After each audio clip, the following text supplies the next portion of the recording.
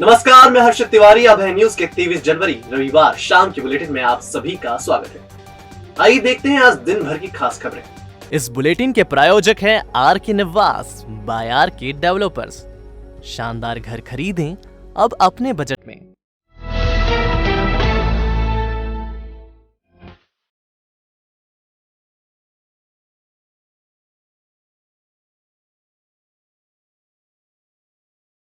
Collector Ashish Singh ने रविवार से उज्जैन शहर में कोरोना गाइडलाइन का उल्लंघन करने वालों को खुली जेल में भेजने का अभियान शुरू करने की बात कही थी, जबकि हकीकत ये रही कि शहर भर में प्रशासनिक अमला गायब रहा। आइए हम आपको पहले कलेक्टर की बात सुनाते हैं। देखिए, राशि तो डेली ही जो है कभी 50,000 भी होती है, कभी 20,000 भी होती है। राशि की वसूली तो चली रही है, लेकिन आप जैसा बता रहे हैं निश्चित रूप से ये भी सही कि कई सारे लोग अभी भी बिना मास्क के घूम रहे हैं। इसलिए अब हम लोग जो मास्क के ऊपर राशि की वसूली है, जो स्पॉट फाइन है, उससे आगे बढ़कर सिविल जेल की कार्रवाई भी जो है वो प्रस्तावित कर रहे हैं। और आगामी संडे से ही हम लोग सिविल जेल की कार्रवाई प्रस्तावित करेंगे, प्रारंभ करेंगे। आपने कलेक्टर की बाइट सुनी। इसमें वह रविवार से शहर में खुली या सिविल जेल शुरू करने की बात कर रहे हैं। अभय न्यूज की टीम ने रविवार को शहर का दौरा किया तो किसी भी चौराहे पर प्रशासन का अमला नहीं दिखा। दोपहर 3:45 पर तीनबत्ती चौराहे पर ना तो कोई पुलिसकर्मी मौजूद थे और ना ही प्रशासन का कोई कर्मचारी।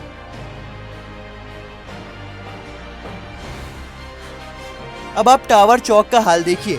यह शहर का प्रमुख चौराहा है। यहाँ से लोग बगैर मास्क के आ जा रहे हैं। इन्हें रोकने वाला कोई नहीं है। अब आप चामुंडा माता चौराहे का हाल देखिए। यहाँ भी ट्रैफिक रोजाना की ही तरह चल रहा है। कोई अमला मास्क को लेकर रोक टोक करता नजर नहीं आता। सिविल जेल की बात तो छोड़ दीजिए। अब शहर के प्रमुख क्षेत्र देवास गेट चौराहे को देख लीजिए। यहाँ का हाल भी कुछ जुदा नहीं है। यहाँ भी कोई अमला नजर नहीं आया। यही स्थिति कोयला फाटक चौराहे पर दिखाई दी। एक तरफ जहां कोरोना के चलते लगातार मरीज बढ़ रहे हैं, वहीं दूसरी तरफ कोरोना को लेकर प्रशासन का सुस्त रवैया कई सवाल खड़ा कर रहा है। हम आपको बता दें कि बीते 2 दिनों में कोरोना से 2 मरीजों की मौत हो गई है।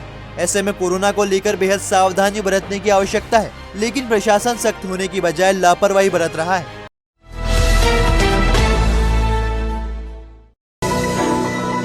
नानाखेड़ा स्टेडियम परिसर में बनने वाली सिंथेटिक ट्रैक का टेंडर निरस्त कर दिया गया है। इस वजह से इंटरनेशनल रनिंग ट्रैक की सुविधा कुछ महीनों तक और बढ़ सकती है। सोमवार को ट्रैक की रिटेंडर प्रक्रिया शुरू की जाएगी। नानाखेड़ा स्टेडियम में करीब 6 करोड़ की लागत से इंटरनेशनल सिंथेटिक एथलेटिक ट्रैक बनाया जा रहा है। इसके साथ ही स्टेडियम में फुटबॉल ग्राउंड का निर्माण भी किया जाएगा। 2 हिस्सों में होने वाले काम के तहत पहले भाग में ट्रैक निर्माण और इसके लिए जरूरी सिविल वर्क किया जाएगा। नानाखेड़ा स्टेडियम में फिलहाल सिविल वर्क किया जा रहा है। नाली, दीवार, चूरी, मूरम ट्रैक, पेवर ब्लॉक, आरसीसी और जाली लगाई जा रही है। करीब 1.5 करोड़ की लागत से होने वाला यह काम अंतिम चरण में है। साइट सुपरवाइजर त्रिसिंह ठाकुर के अनुसार 15 दिन में सिविल वर्क पूरा कर लिया जाएगा, लेकिन सिंथेटिक ट्रैक का काम फिलहाल थोड़ी देरी से होगा। एमपी पुलिस हाउसिंग के एसडीओ और साइट इंजीनियर वेदांत जादौन के अनुसार ट्रैक निर्माण के लिए आए 3 कंपनियों के टेंडर में से 2 के कागज अधूरे थे। तीसरी कंपनी ने टेंडर रेट से 15% अधिक राशि डाली थी। इस वजह से तीनों के टेंडर निरस्त कर दिए थे। टेंडर प्रक्रिया को निरस्त करने की प्रक्रिया पूरे करने में करीब 2 महीने का समय लग गया। इसलिए सोमवार से रिटेंडर प्रक्रिया शुरू की जाएगी। फिलहाल मौजूदा ट्रैक पर 14 mm की सिंथेटिक लेयर चढ़ाई जाएगी, जिस पर खिलाड़ी बारिश के दौरान भी स्पाइक शूज पहनकर दौड़ सकेंगे। मौसम में आए बदलाव ने एक बार फिर शहरवासियों को कपकपा दिया। गर्म कपड़ों में लिपटे होने के बावजूद लोग ठिठुरते रहे। सर्द हवाओं ने कपकपी को और बढ़ा दिया। इसके चलते दिन और रात के तापमान में भी गिरावट दर्ज की गई। शनिवार को बारिश के बाद रविवार को भी आसमान में बादलों ने दस्तक दी। हालांकि कुछ देर बाद धूप भी चमकी, लेकिन फिर बादलों ने उसे ढक दिया। उत्तर भारत में हो रही बर्फबारी के चलते चल रही सर्द हवाओं ने शहरवासियों को फिर से कड़ाके की ठंड का एहसास करवा दिया। मौसम विभाग के मुताबिक उत्तरी बांग्लादेश के ऊपर एक चक्रवाती घेरा एक्टिव है। मध्य राजस्थान के ऊपर चक्रवात और बंगाल की खाड़ी में एक टर्फ लाइन गुजर रही है, जिसके चलते मौसम बदला है। शनिवार को अधिकतम तापमान 22 डिग्री था, जो रविवार को 19 डिग्री सेल्सियस पर पहुंच गया। वहीं न्यूनतम तापमान 14.6 डिग्री से गिरकर 13.5 डिग्री सेल्सियस दर्ज किया गया। स्थित गोवर्धन सागर पर तीसरे दिन भी साधु संतों का धरना लगातार जारी रहा। हालांकि इस दौरान साधु संतों को मनाने एसडीएम संतोष टैगोर भी पहुंचे, लेकिन उन्हें बैरंग लौटना पड़ा। गोवर्धन सागर सहित शहर के सप्त सागरों पर मौजूदा अतिक्रमण हटाने की मांग को लेकर रामादल अखाड़े के संत धरना आंदोलन कर रहे हैं। शुक्रवार से शुरू हुआ उनका धरना रविवार को भी जारी रहा। इस दौरान एडीएम संतोष टैगोर संतों को मनाने पहुंचे, लेकिन संत नहीं माने। रामादल अखाड़े के महंत रामेश्वर दास के अनुसार जब तक कलेक्टर आशीष सिंह खुद आकर अतिक्रमण हटाने का आश्वासन नहीं देंगे तब तक प्रदर्शन जारी रहेगा। संतों का कहना है कि सभी सप्त सागरों की हालत खराब है। तो हमने उनको एक ही बात कही कि जब तक कलेक्टर महोदय यहाँ स्वयं आकर आश्वस्त न करे सब साधु समाज को और हमारे सामने ये गोवर्धन सागर या अन्य सागरों में कार्य प्रारंभ न करे तब तक हम धरना स्थगित न करेंगे।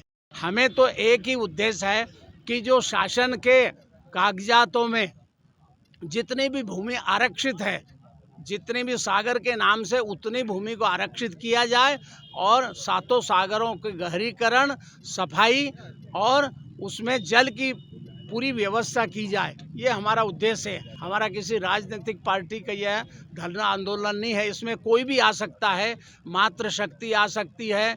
सभी धर्म के अनुयायी हिंदू, सिख, पंजाबी जो भी हो आ सके वो सबका स्वागत है। प्रयास हम लोगों का यही था कि हमारा जो भक्त मंडल जितने भी हमारे साधु संत यहाँ पर बैठे हैं उनके द्वारा कुछ अपनी मांगे रखी गई है। उसी दृष्टिकोण से आज हम लोग यहाँ पर आए थे, पर उन्होंने अपनी कुछ बातें हमको अवगत कराई है। तो हम लोग वरिष्ठ अधिकारियों को अवगत कराते हुए आगे की हम लोग कार्रवाई हम लोग सुनिश्चित कराएंगे। मक्सी रोड स्थित ताजपुर में रहने वाले एक युवक ने मोबाइल फोन पर प्रेमिका से झगड़े के बाद सल्फास खाकर जान दे दी। घटना की जानकारी लगने पर परिजन उसे गंभीर हालत में निजी अस्पताल लेकर पहुंचे, जहां उसकी मौत हो गई। पवासा थाना पुलिस मामले की जांच कर रही है। ताजपुर में शनिवार शाम खेत पर फसल को पानी देते वक्त 20 वर्षीय समीर पिता सफी मोहम्मद ने जहर खा लिया। उसे परिजन उज्जैन के निजी अस्पताल लेकर पहुँचे, लेकिन देर रात युवक की मौत हो गई। रविवार सुबह युवक के शव का पीएम किया गया। परिजनों ने बताया कि समीर घर से हंसी खुशी खेत पर गया था, लेकिन कुछ देर बाद समीर की जहर पीने की सूचना मिली, जिसके बाद उसे निजी अस्पताल ले गए, जहां पता चला है कि समीर किसी युवती से फोन पर बात करता था और खेत पर भी बात की थी। वह अपने मोबाइल फोन के व्हाट्सएप स्टेटस पर गम भरा स्टेटस लगाकर जहर गटक लिया। पुलिस ने समीर का मोबाइल फोन जब्त कर लिया है। उसकी कॉल डिटेल की जाँच की जाएगी। शहर के प्रतिष्ठित बिल्डर राजेंद्र सुराणा का रविवार को निधन हो गया। शुगर पेशेंट सुराणा को गुरुवार को पेट दर्द की शिकायत हुई थी।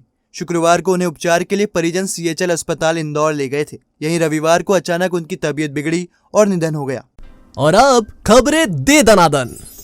उज्जैन स्मार्ट सिटी ने रविवार को हेरिटेज वॉक का आयोजन किया। इसमें पहली बार 107 लोग शामिल हुए। इनमें 23 महिलाएं, 36 वरिष्ठ नागरिक और 48 युवक शामिल। विक्रम विश्वविद्यालय में नेताजी सुभाष चंद्र बोस जयंती पराक्रम दिवस पर विशिष्ट परिसंवाद का आयोजन किया गया। यह परिसंवाद नेताजी सुभाष चंद्र बोस और उनके बहुआयामी अवदान पर केंद्रित था।